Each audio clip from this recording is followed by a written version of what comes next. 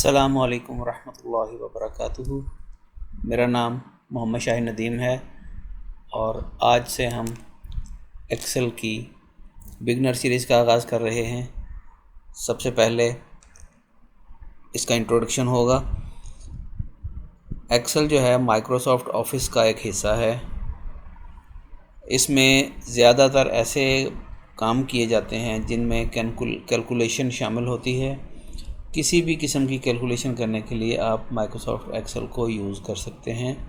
इसमें अकाउंट से related, finance से रिलेटेड, पेरोल से रिलेटेड या रिज़ल्ट से रिलेटेड, यानी हर वो टाइप डाटा की जिसमें आपको कैलकुलेशन की ज़रूरत पड़ती है उसको आप यहाँ पर बहुत आसानी से कर सकते हैं और उसके लिए बहुत सारी एक्सेल के अंदर सहूलतें दी गई हैं कि कैलकुलेशंस के पॉइंट ऑफ व्यू से।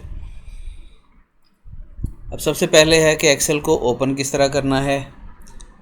इसका सिंपल सा तरीका है कि आपने स्टार्ट मेन्यू को ओपन किया, यहाँ जितने भी इंस्टॉल प्रोग्राम हैं उनकी लिस्ट आ रही है। इस लिस्ट में से आप स्क्रॉल करते हुए नीचे जाएंगे और माइक्रोसॉफ्ट ऑफिस का फ़ोल्डर होगा, उसको क्लिक किया। इसके अंदर आपको एक्सेल का आइकॉन मिलेगा, इसको आप क्लिक करेंगे तो ये ओपन हो जाएगा। और दूसरा तरीका इसको ओपन करने का ये है कि आप यहाँ नीचे जो टास्क बार आ रही है इसमें ये सर्च बॉक्स है। सर्च बॉक्स के अंदर आप एक्सेल टाइप करेंगे। जैसे ही आपने टाइप किया ये ऊपर आपको नज़र आ जाएगा, यहाँ क्लिक किया और ये एक्सेल हमारे सामने ओपन हो गया। इसको फुल स्क्रीन कर लेते हैं। अच्छा जी, यहाँ से आप वर्किंग के लिए क्या करेंगे, ब्लैंक वर्कबुक को सिलेक्ट करेंगे।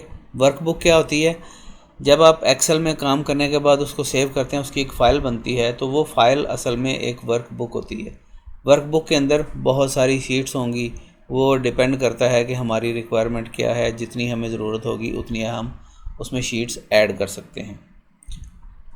ब्लैंक वर्कबुक पे क्लिक किया तो ये हमारे सामने बेसिक स्क्रीन आ गई उसकी माइक्रोसॉफ्ट एक्सेल की। अब इस स्क्रीन के डिफरेंट कंपोनेंट्स हैं, उन कंपोनेंट्स के क्या क्या नाम है और क्या क्या काम है ये पहले देख लेते हैं। ये आपके सामने मैंने हाईलाइट किए हुए हैं सारे इसके जो पार्ट्स हैं और उनके नाम दिए हुए हैं। सबसे ऊपर टाइटल बार है, उससे नीचे फॉर मेन्यू बार है, मेन्यू बार से नीचे रिबन है। मेन्यू बार जो है इसमें कमांड्स की डिफरेंट कैटेगरीज़ हैं, जिस कैटेगरी को आप सिलेक्ट करेंगे उसी से रिलेटेड कमांड्स आपको नीचे रिबन में नज़र आएंगी। जैसे जैसे आप ऊपर चेंज करते जाएंगे नीचे आपको आइकॉन्स जो हैं वो चेंज होते हुए नज़र आएंगे रिबन के अंदर। रिबन के नीचे फार्मूला बार है, फार्मूला बार से नीचे जो अल्फ़ाबेट्स लिखे नज़र आ रहे हैं आपको, ये कॉलम हेडर्स हैं। और लेफ़्ट साइड पर आपको काउंटिंग नज़र आ रही है 1 2 3, ये सारे रो के हेडर्स हैं। और ये नीचे नज़र आ रही है जहाँ शीट 1 लिखा हुआ है और आगे प्लस का साइन नज़र आ रहा है। यहाँ पर आपको वर्कबुक के अंदर मौजूद शीट्स नज़र आएंगी। इस वक्त वर्कबुक के अंदर सिर्फ एक ही शीट है। जैसे जैसे आप इसमें ऐड करते जाएंगे उन सब शीट्स के नाम आपको यहाँ नज़र आएंगे। जहाँ ये शीट 1 लिखा हुआ है इसके आगे बाकी शीट 2, शीट 3, शीट 4 इसी तरह ऐड होते चले जाएंगे। और इसी तरह अगर राइट साइड पर आ जाएं तो यहाँ पे जूमिंग की ऑप्शंस हैं।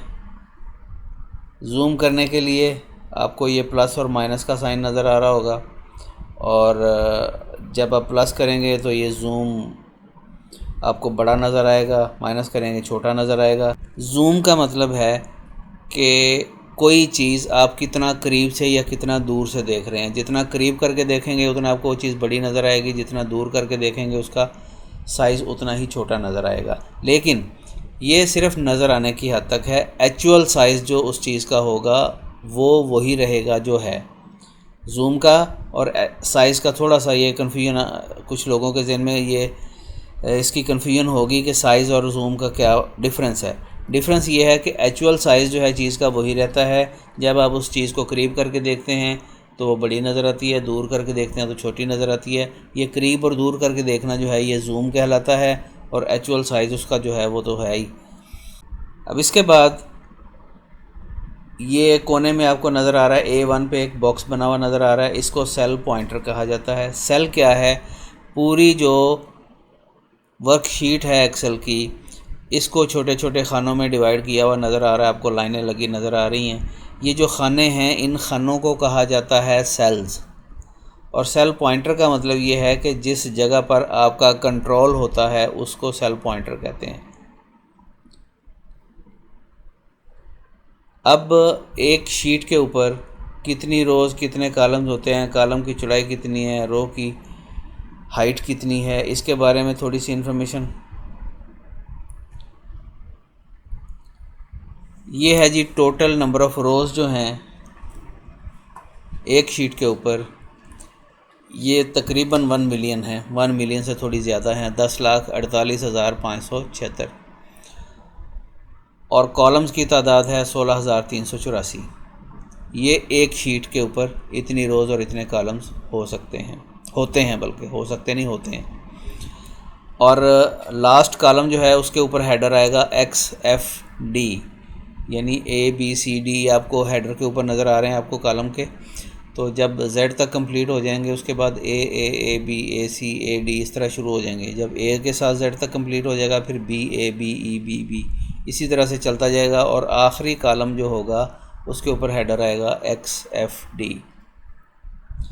अब बात करते हैं, अगर एक वर्कशीट यहाँ जो जिसकी हम बात कर रहे हैं, एक वर्कशीट पे पूरी वर्कशीट को अगर फिल कर दिया जाए, यानी उसके ऊपर इतना ज़्यादा डाटा हम उस पर टाइप कर देते हैं, तो एक वर्कशीट के ऊपर नॉर्मल A4 साइज़ के तकरीबन पेजेस जो बनेंगे वो बनेंगे 36 मिलियन। और डिफ़ॉल्ट कॉलम विड्थ और डिफ़ॉल्ट रो हाइट, डिफ़ॉल्ट का मतलब ये होता है ऐसी सेटिंग जो बग़ैर किए हुए अपने आप जो सेटिंग आती है उसको डिफ़ॉल्ट सेटिंग कहा जाता है। अभी कॉलम की जो डिफ़ॉल्ट विड्थ है वो होगी 8.43 कैरेक्टर्स, और रो की डिफ़ॉल्ट हाइट होगी 12.75 pixels. Maximum column width 255 characters हो सकती है, और मैक्सिमम रो हाइट जो है वो 409 पिक्सल तक हो सकती है। अब वापस आते हैं एक्सेल शीट के ऊपर। यहाँ देखें सेल पॉइंटर है, जहाँ पे मैं क्लिक करूँगा वहाँ पर सेल पॉइंटर आ जाएगा। इसके अलावा आप एरो कीज़ को यूज़ करके भी लेफ़्ट राइट अप डाउन इसको मूव कर सकते हैं। और ये ऊपर कॉलम हेडर्स आपको नज़र आ रहे हैं, जिस कॉलम की हेडिंग पे आप क्लिक करेंगे वो पूरे का पूरा कॉलम सिलेक्ट हो जाएगा। अगर एक से ज़्यादा कॉलम्स को सिलेक्ट करना है तो हेडर पे क्लिक करके आप उसको ड्रैग करेंगे तो ये इकट्ठे सिलेक्ट होते चले जाएंगे। और बाज़ औक़ात ऐसा होता है कि सिलेक्शन इस तरह करनी है कि दरमियान में गैप भी हो और सिलेक्ट करना है। मसलन मैंने कॉलम F को सिलेक्ट किया, अब मैंने कॉलम H को सिलेक्ट करना है, तो दूसरा कॉलम सेलेक्ट करने से पहले आप कंट्रोल की को प्रेस करके फिर H को क्लिक करेंगे तो दूसरा कॉलम सेलेक्ट हो जाएगा। इसी तरह कंट्रोल की को प्रेस करने के बाद जिन जिन कॉलम्स के हेडर्स को आप क्लिक करते जाएंगे वो सारे सिलेक्ट होते जाएंगे। सेम यही चीज़ आप रो को सिलेक्ट करने के लिए भी यूज़ करेंगे। अगर एक रो सिलेक्ट करनी है तो उसके नंबर के ऊपर क्लिक करें, वो रो सिलेक्ट हो जाएगी। अगर एक से ज़्यादा इकट्ठी रो सिलेक्ट करनी है तो क्लिक करके ड्रैग करेंगे तो वो रोज़ सिलेक्ट हो जाएंगी। और अगर गैप के साथ करनी है तो उसका वही तरीका, कंट्रोल को प्रेस करके जो जो रोज़ आपने सेलेक्ट करनी है उनको क्लिक करते जाएं, वो रोज़ सिलेक्ट होती जाएंगी। अब आता है रो और कॉलम की हाइट और विड्थ को चेंज करना। हमें ज़रूरत हो सकती है कॉलम की चौड़ाई कम हो सकती है, ज़्यादा की ज़रूरत हो सकती है, या ज़्यादा है हमें कम करनी पड़ सकती है। तो इसका बड़ा सिंपल सा तरीका है, जहाँ पे रो हेडर्स हैं, दो रो हेडर्स के दरमियान में जो लाइन नज़र आती है, जब आप उसके ऊपर माउस को लेकर जाएंगे तो इसकी शेप चेंज हो जाएगी। जब शेप चेंज हो जाए तो उस वक्त आप माउस को क्लिक करके इसको ड्रैग करें, जहाँ तक आप इसको ड्रैग करेंगे उतना ही उसका साइज़ हो जाएगा। इसी तरह से रो की हाइट को अगर करना है उसके लिए भी बिल्कुल सेम यही तरीका है। दो रोज़ के दरमियान में जाएं, जब शेप चेंज हो जाए तो उसको ड्रैग करके आप रो की हाइट को ज़्यादा कर सकते हैं। अब ये रो इसकी हाइट ज़्यादा हो गई है और इस कॉलम सी की हाइट ज़्यादा हो गई है। रो और कॉलम के बाद अब आते हैं शीट्स की तरफ। ये नीचे आपको शीट 1 लिखा नज़र आ रहा है। इस वक्त हमारी वर्कबुक में सिर्फ एक ही वर्कशीट है। अगर हमें कोई और शीट चाहिए तो इसके साथ प्लस का साइन हम क्लिक करेंगे तो ये हमें और शीट मिल गई। दोबारा क्लिक किया, एक और शीट आ गई। इसी तरह जितनी शीट्स भी आपको चाहिए आप इनको क्लिक करते जाएंगे तो ये शीट्स आपके सामने आती जाएंगी। अब ये शीट्स के नाम जो हैं, ये शीट 1, शीट 2, शीट 3 नज़र आ रहे हैं।